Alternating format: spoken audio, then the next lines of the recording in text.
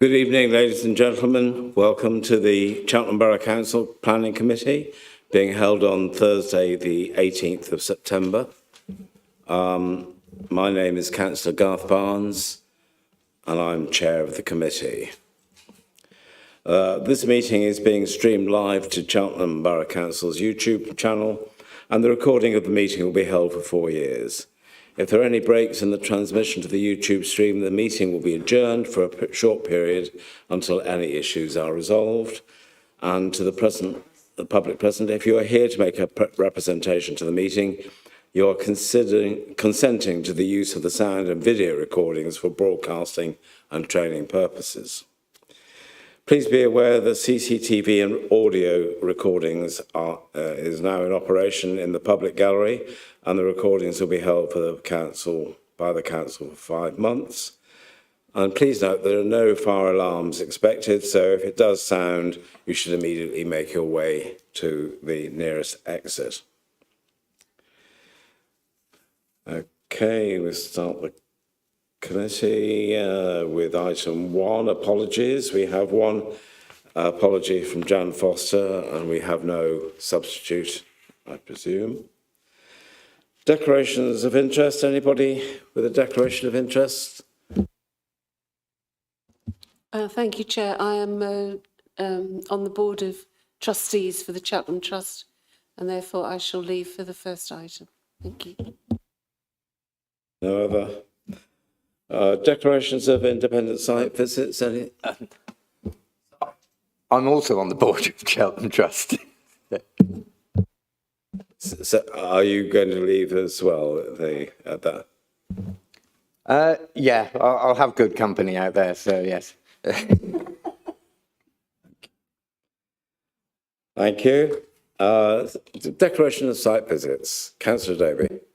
I made my own site visit to the second property we're considering, 41 Hales Close. Thank you. No other minutes of the last meeting. I hope you've all had a chance to read them and approve them. If so, can I sign them as a true record?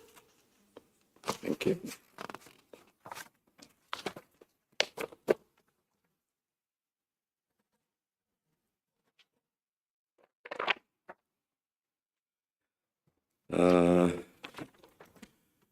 Move on. We have 2 public questions, oddly enough, for the Planning Committee. It's an unusual occurrence to have even one, but we have 2. So the first question is being received from Richard Lawler.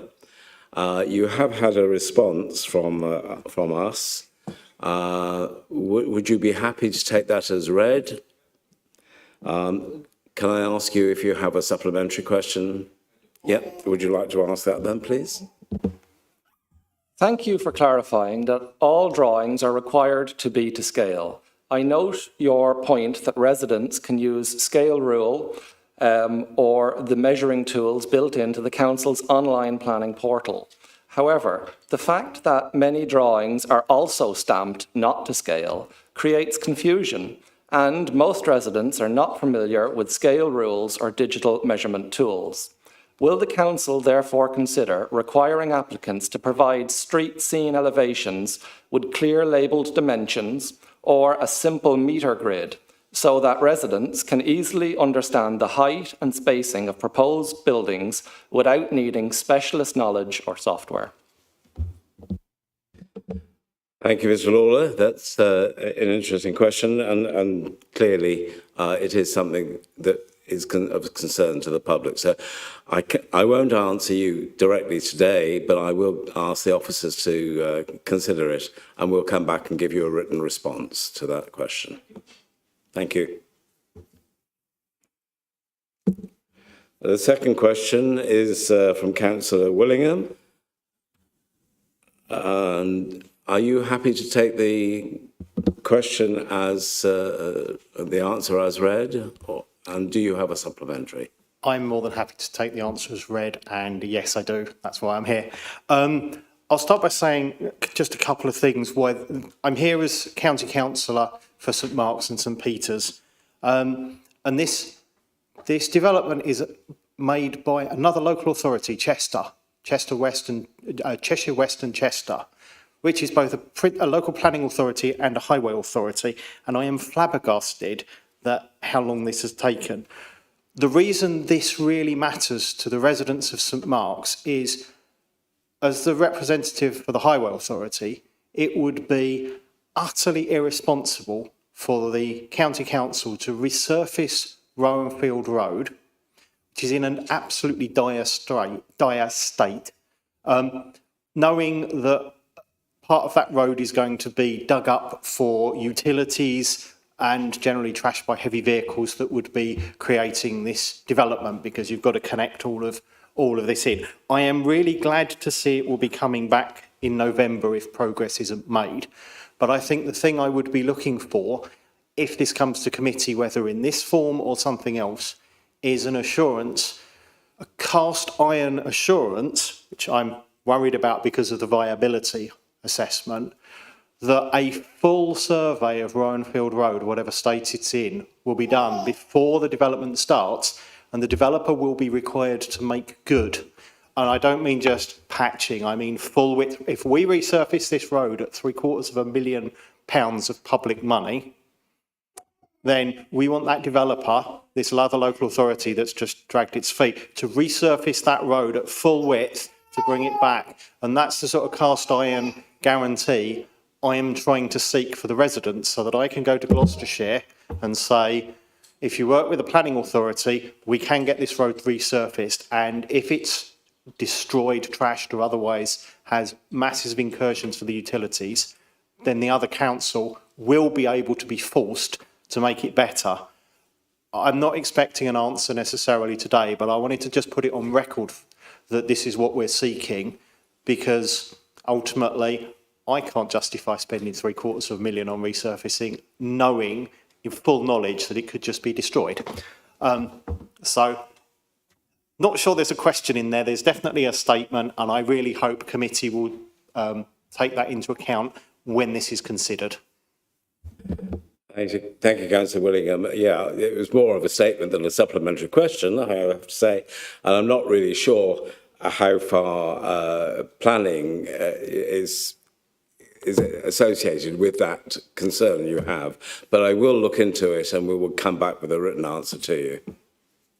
Thank you.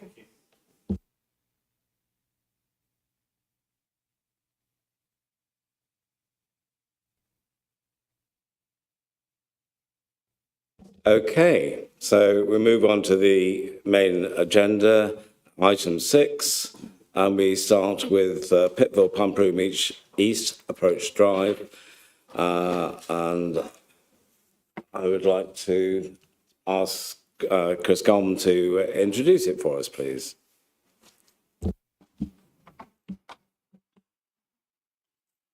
Thank you, Chair. I'll just wait for members to leave the room.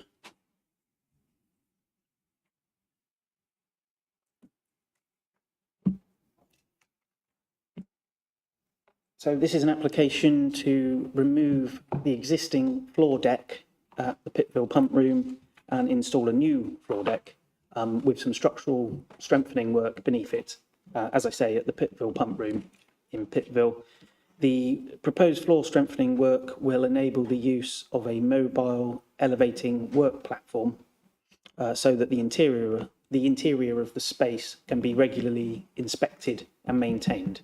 It's currently they're currently using extensive scaffolding, which is highly disruptive within the main room there. So I'm sure all members are familiar with where the pump room is. Just to confirm, the Pittville Pump Room is Grade 1 listed and dates Regency building dating from between 1825, 1830. So the application relates to the ground floor. So we can see the ground floor plan here with it relates to the main hall, which includes the apse to the right there. So this plan's not particularly easy to read, but this plan shows the existing floor structure within that main hall. And you can see from the drawing here, there's a number of joists running in both directions across the floor or beneath the floor, with a floor surface on top. Incidentally, the circle in the middle of the room there sits beneath the floor, and that's the spa well.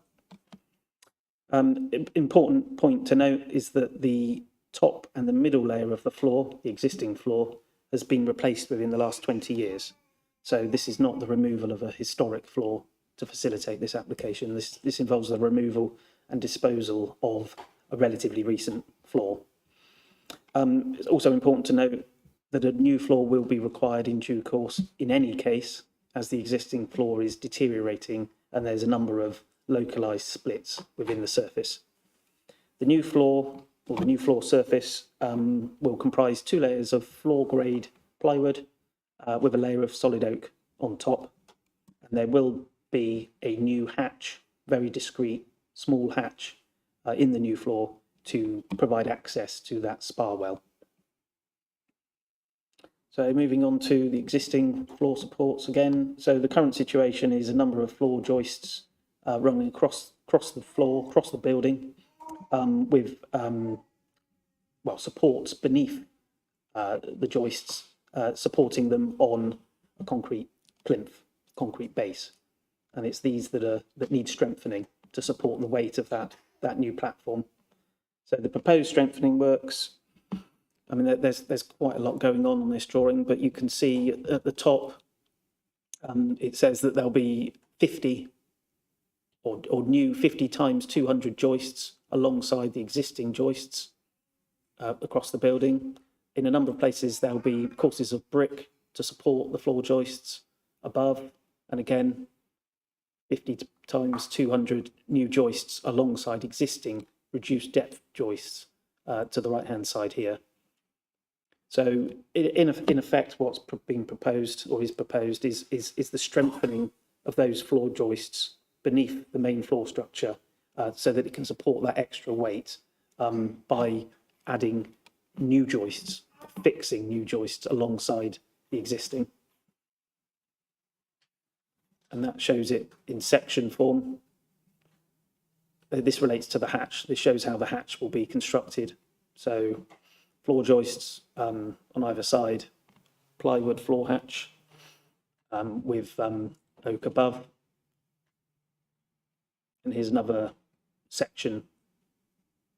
And this shows a bit more clearly. You can see the floor finish at the top here. So this is a 5.6 centimetre thick oak floor with the strengthened joists below. And again, another section here showing the floor, the joists that will be strengthened beneath.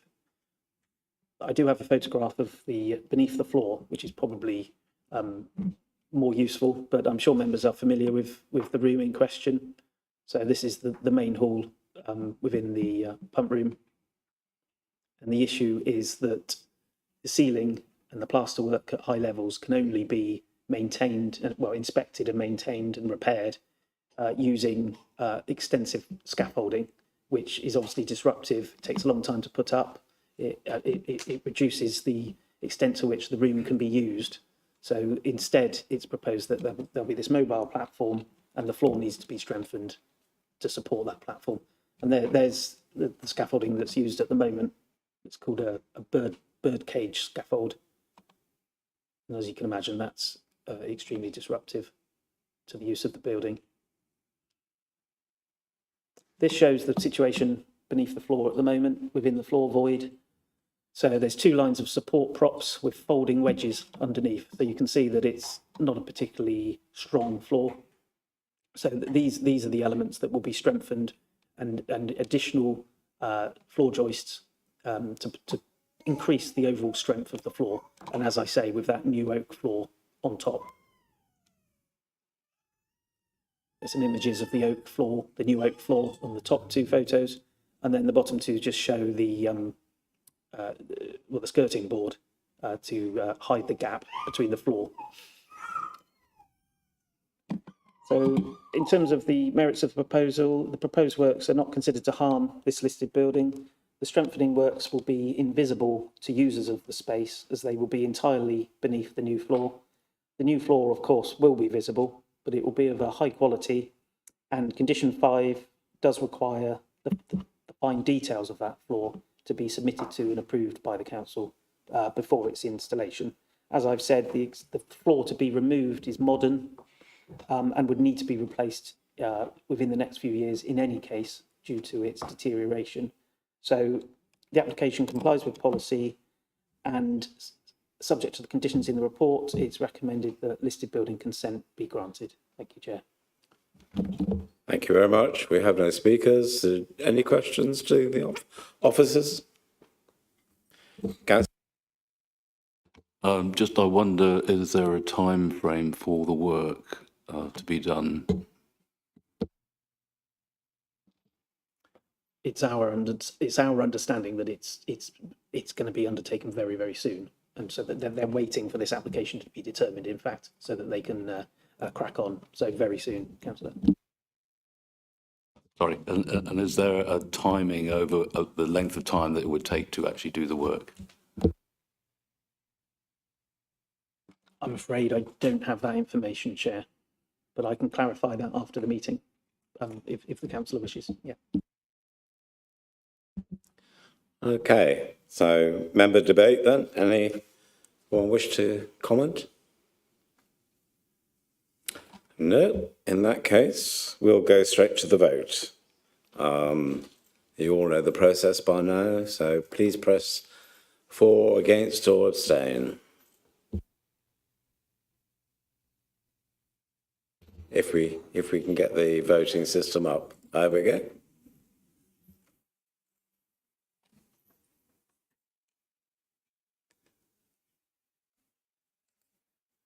One, two, three, 4, 5, 6, 7.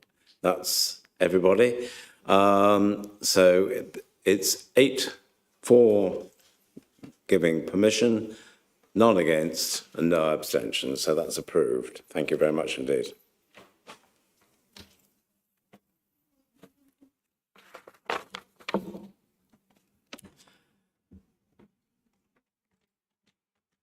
We'll ask the absent members to return.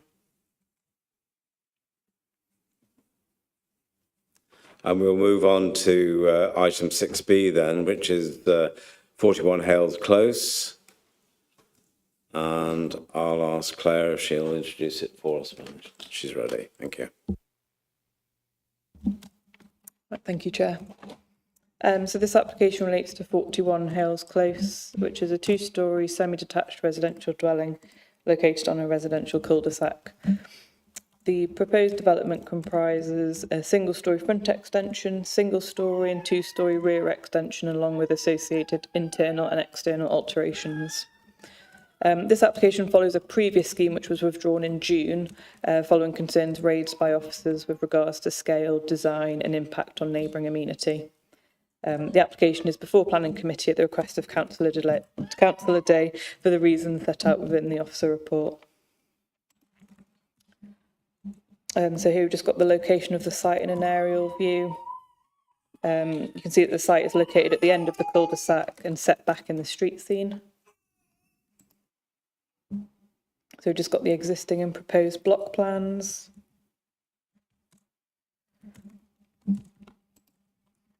Existing and proposed floor plans.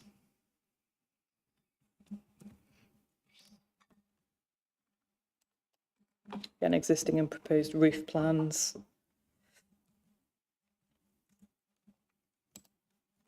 These are the existing elevations. And then the proposed elevations. So yeah, as mentioned, in June there was a withdrawn scheme, so I thought it would just be helpful just to show this scheme. So I've just popped the elevations and block plans of the withdrawn scheme just in this presentation. So this scheme proposed a 2-storey and single-storey front extension and 2-storey and single-storey rear extension.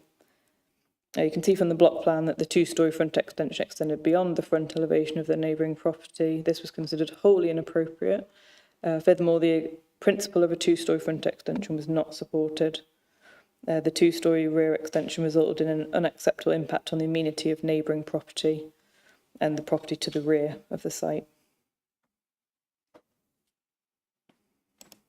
And then this is just a side elevation comparison between the two schemes to demonstrate the reduction in the extensions from the withdrawn scheme. So the changes include the omission of the two-storey front extension, and then an alteration of the single-storey front extension, and a reduction in depth of the first floor rear extension. And then just moving on to a few photos of the site. So top line of the front elevation of the property. The middle line of photos are from the rear and then looking towards either neighbour. And then the bottom photos are taken from within the site, looking back towards the property at the rear of the site. So the key considerations for this application are design. The extensions are considered to sit comfortably within the site, achieve subservience and be of an acceptable form. Impact on amenity. The relevant tests have been carried out for which extension would pass. Furthermore, the new first floor rear extension would achieve the required window to boundary distance. And then finally, sustainable development. So the officer's recommendation is to permit this application for the reasons discussed in the officer's report. The suggested conditions are standard time, approved plans and materials to match. Thank you, Chair. Thank you very much indeed. We do have two public speakers, an objector and the ward member. And I'd like to ask Joanne Drum, who's the objector, to come to address the committee, please. You have 5 minutes. I will be very strict upon that, and I will give you advance warning of 30 seconds before you come to your closure. Good afternoon, council members. My name is Joanna DeLuca Drum. I live with my husband and our 10-month-old daughter at 43 Hales Close. I am here today to express my very strong objection to the proposed development at 41 Hales Close, which I believe will significantly and negatively impact the safety, character, and quality of life for residents on our street. I want to start by highlighting the impact on our community and the family nature of our street. Our street consists of family homes. We have a very close-knit community where our residents are genuine friends, often having barbecues and communicating through our WhatsApp Hales Angels group. We are concerned that this proposed development may not be intended for use as a family home, but rather rented accommodation as the new owner is understood to be a builder. This is a significant concern because it will disrupt the established family character and safety of our street, undermine the community spirit we value so highly. We have had experienced instances of antisocial and violent behavior linked to previous short-term rentals on our street. Incidents like these just raise fears about potential future disruption. It would be a shame to see our close-knit community undermined by a development that does not align with the existing family homes. Secondly, we need to address the crucial impact on light, privacy, and overall quality of life for the neighboring properties. The residents at 9 Foxgrove, 39, 43, and 45 Hales Close have all expressed strong opposition due to concerns about significant loss of light and privacy. The sheer size of the proposed double-story rear extension will create an oppressive feeling of enclosure, particularly affecting my property at 43 Hales Close, which directly adjoins it. As a resident with a south-facing garden and rooms that benefit from natural light, especially during the sunset, the increased height of the extension and potential for overlooking windows will severely diminish our family's enjoyment of both indoor and outdoor spaces, eroding the sense of openness we currently value. Furthermore, the inclusion of at least 3 bathrooms upstairs with the 2 proposed near our thin 1960s built bedroom wall raises serious concerns about increased noise. We can already hear music through these walls, and additional bathrooms will undoubtedly intensify this disturbance, further impacting our quality of life. Thirdly, let's address the critical issue of parking and safety. Parking is already a significant problem on our street, which is further exacerbated by the presence of a special needs school. During peak times, it is hard to get get down the street, sometimes needing to leave the houses before and after pickup and drop off. The development plans may look good on paper, showing new parking spots, but we have to ask, do they actually align with reality? We have genuine concerns that the parking spaces in the plans will not be able to accommodate multiple vehicles. The result will be more cars spilling onto our already congested street. As you can see from the photo attached to the original agenda, the current situation already forces wheelchair and pram users, like myself, to go on the road due to vehicles parking on the dropped curbs. Finally, the aesthetics and character of our street are at stake. Our semi-detached houses are built in a staggered position and share a uniform design. The proposed extensions do not fall in line with this established character and will take the development out of alignment with the neighboring houses. Retaining the sympathetic design and existing character of this end of the street is important to the current residents, as it is one of the primary reasons we have chosen to live here. As I have already mentioned, the new owner is a builder and has not addressed these concerns about the development, demonstrating a lack of neighborly consideration and respect for the street's character. Whilst we are not against someone making alterations to a residential property, the proposed development is not proportionate to the existing residential homes. And in conclusion, the proposed development presents significant and unmitigated negative impacts on our community, parking and safety, the aesthetic character of our street, and the quality of life for the long-standing residents. I urge you to consider these serious concerns and refuse this application to preserve the well-being and established character of our community and street. Thank you for your time. Thank you very much indeed. You managed to do it within the 5 minutes, so I didn't have to remind you. Okay, I now have Councillor Christopher Day as the ward member to speak, and Chris, you have 5 minutes also, and I will remind you 30 seconds before the end. Okay?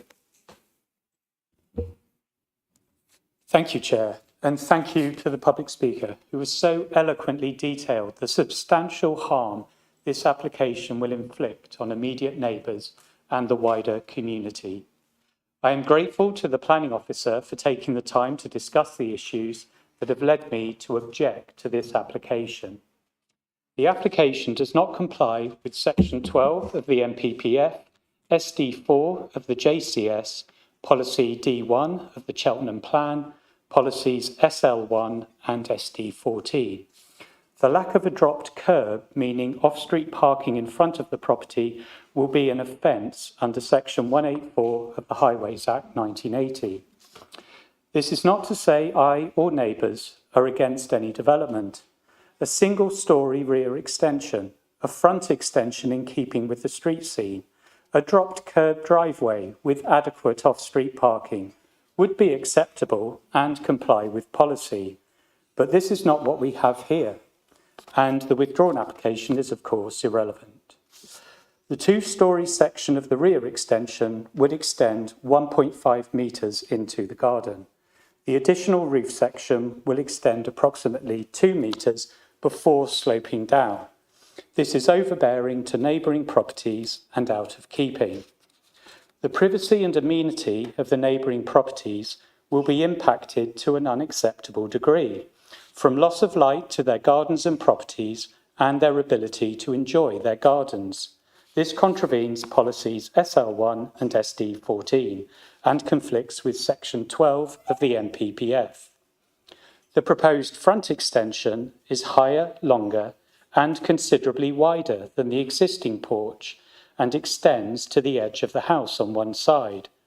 It is overbearing and out of keeping with the staggered street scene, and only a reduced height window can be fitted above it. The extension will be visually discordant with the street scene, contravening paragraph 135 of the NPPF, which requires developments to be sympathetic to the surrounding built environment. The floor plan shows 3 ensuite double bedrooms with showers and no family bathroom. It suggests that future occupancy could total 6 adults, and therefore as many as 6 cars requiring parking. The application shows 2 parking spaces being created in front of the house, but no dropped curb. There is a separate garage with 1 space in front. Given the amount of people who use their garage for storage, most likely there is off-street parking for only 3 cars.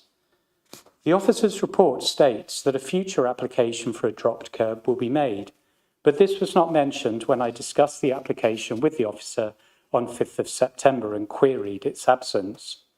An application without a dropped curb should be refused, as there is no guarantee that an additional application will be made, and bouncing a vehicle up a curb and crossing a pavement is an offence under the Highways Act 1980. The impact of additional on-street parking should be considered for Equality Act issues due to the impact on the Battledown Centre for Children and Families SEND School, which uses Barnfield towards the top of Hales Close for pupil drop-off and pick-up. This requires careful coordination, as parking is frequently an issue due to overflow parking from businesses located on Hales Road and vehicles displaced by Zone 15. An application was approved recently to deconvert a residence on Hales Road from flats totalling 5 bedrooms across 4 units back to a single residence. Even though there was sufficient off-street parking for the flats, the officer's report included as a determining issue that officers are of the view that a reduction in units is likely to reduce impact on neighbours in terms of noise and disturbance as a result of a likely reduction in occupiers, visitors, and traffic to and from the site.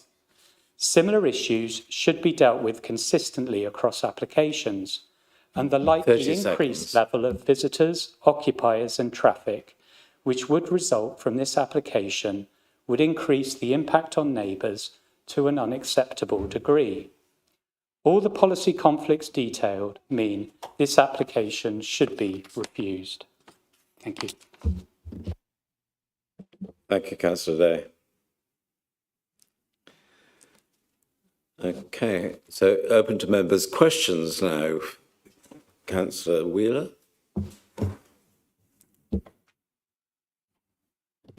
Oh, it's a soft out, yeah. So, I just want to be absolutely clear on this.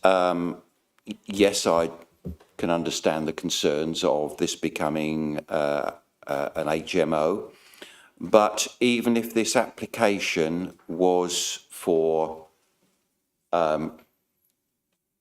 3 people share or 3 families sharing this house, that would not be a relevant consideration for us here today, would it? Sounds like a rhetorical question, but I'll put it to the officers. I'm just asking the question, is it something that we could be considering, even if they were asking for this to be, it wouldn't be an HMO if it's only 3 people, it's got to be more than 6, but even so, that wouldn't be for us to consider this afternoon, would it? Yeah, so we can only consider the application in front of us, which is for extensions to the property. But yeah, planning permission wouldn't be required for a HMO of that size. Councillor Oliver. Thank you, Chair. Is it possible to add a condition, if we were to approve this, that a drop curb application has to be submitted? And also, could we add a further one that the frontage had to be of a permeable nature?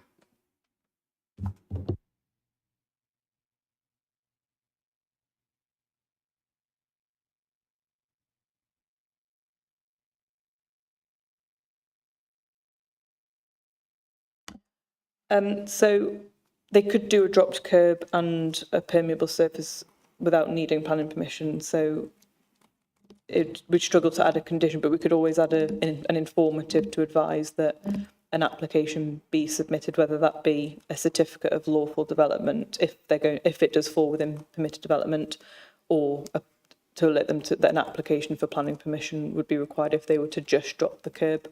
So a dropped curb in association with permeable is permitted development. But if they were to just drop the curb, that would need planning permission. So we could add an informative just to highlight that to the applicants, that that's what they would need to do. I did speak to the applicant's agent, and they did confirm that a subsequent application would be submitted if the drop curb was to go ahead, or if they were to use the parking, if they were to implement that part of the permission for parking. Councillor Dobie? Actually, Councillor Oliver has asked my question, and the answer seemed to be we can insist on a drop curb application as a condition of approval. So I think that's what I've heard. In which case, Not quite. We've agreed to, well, we can agree to put an informative in, which is not the same as a condition, so.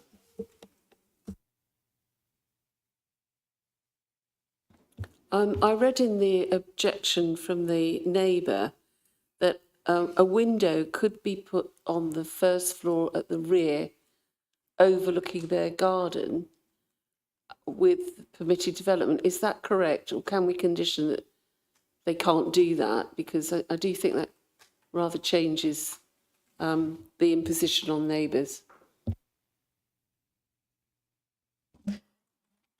So the permitted development allows you to install a first floor side window if it is obscure glazed and high level opening, which is 1.7 metres above internal floor level.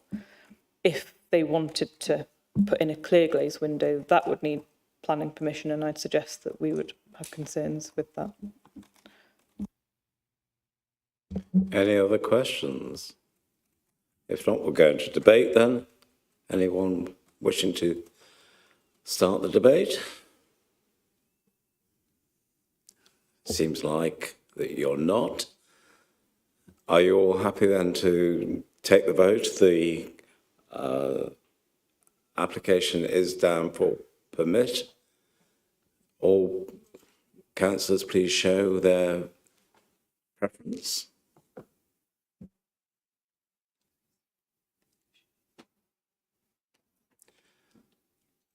So, I think we're one short, aren't we? I think we're right.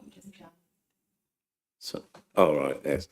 So the vote has been cast, 8 for the application and 2 abstaining. So that is passed. Thank you very much indeed. No votes against.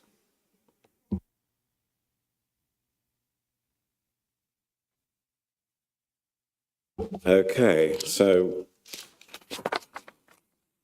we now pass on to item 7, which is the updates appeal. I hope everybody has had a chance to see those. Item 8 is any other business that I deem urgent and requires a decision, and there is none. So I'm happy to close this meeting forthwith. And the next meeting is scheduled for the 16th of October, and there will be an online briefing session before the meeting on the 6th of October online.